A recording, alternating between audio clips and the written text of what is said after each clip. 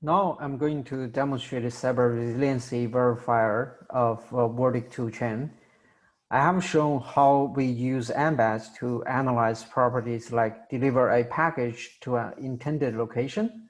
However, for property like do not deliver a package to an off-limit location, we cannot analyze with embeds. We will need behavior information and use CRV to discharge the property in this case. Suppose you don't want to develop the delivery planner component internally because it might be very costly. And what we can do is change the pedigree of the delivery planner from internal develop to COTS. COTS stands for commercial off the shelf. We will, after this change, we will see if we can get away with this change. Also, we will explore the implications of this change for the system and the behavior level under various attacks. Now, we will use CRV to prove the formal property do not deliver the package to an off-limits location. We have encoded this formal property as P2 in a gray annex in the AEDL model. Now let's run CRV in a benign case. So in a benign case, we do not enable any threats to the system, and we also enable memory assignment for the analysis. Now let's run the analysis.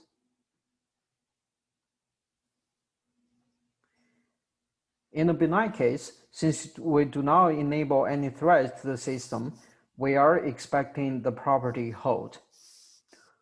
One important thing I wanted to stress is the memory assignment capability in CRV, which can identify a minimal set of components that are sufficient to prove the formal property.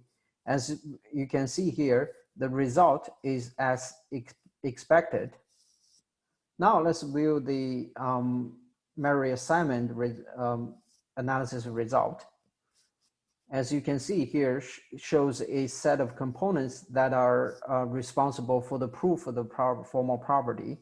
There is also a fine grained view here where we can narrow down to the specific assumptions and the guarantees that are responsible for the proof of the property.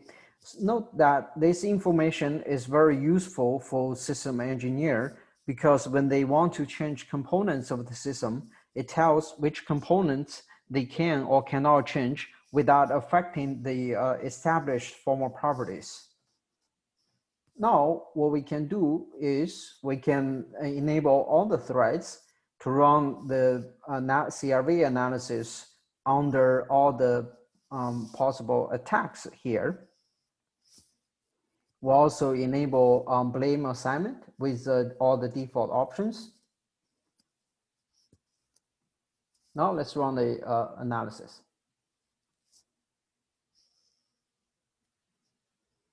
This time, because of the effects of the threats instrumented in the model, we expect the property will be disapproved. The result, again, is as expected. The formal property P2 is disproved by CRV because of a logic bomb attack. Another useful feature of CRV in this case is blame assignment, which identifies a minimal set of links or components such that it is sufficient to violate the properties if the set of links or components are compromised.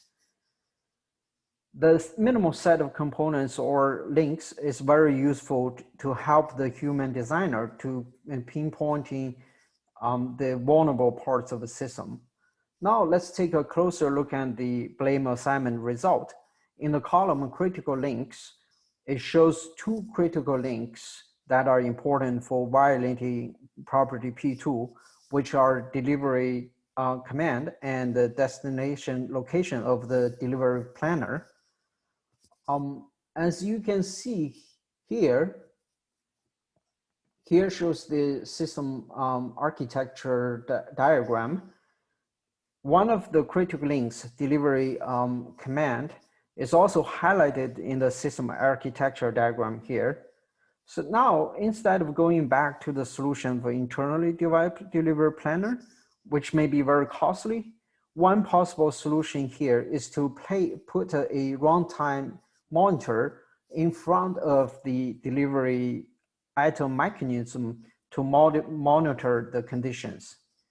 And inside the delivery item mechanism, we can simply ignore the command when the destination location is off limit. So this solution, as opposed to internal development, is a defense at the behavior level. So the monitor and the mitigation process are something we cannot do automatically. It really depends on the scenario, domain knowledge, and the judgment of the designer. So we have implemented the runtime monitor and the mitigation process in the second model, which is delivery drone case V1. Now let's keep the same setting and run the cyber resiliency verifier on the second model.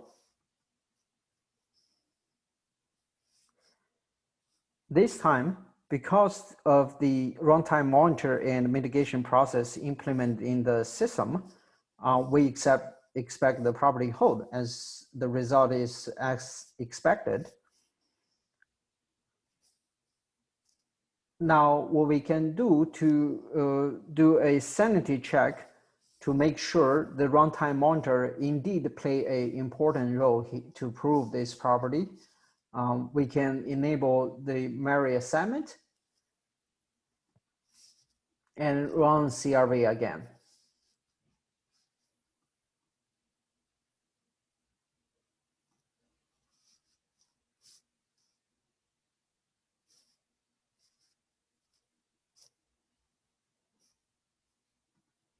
Now let's view the memory assignment result.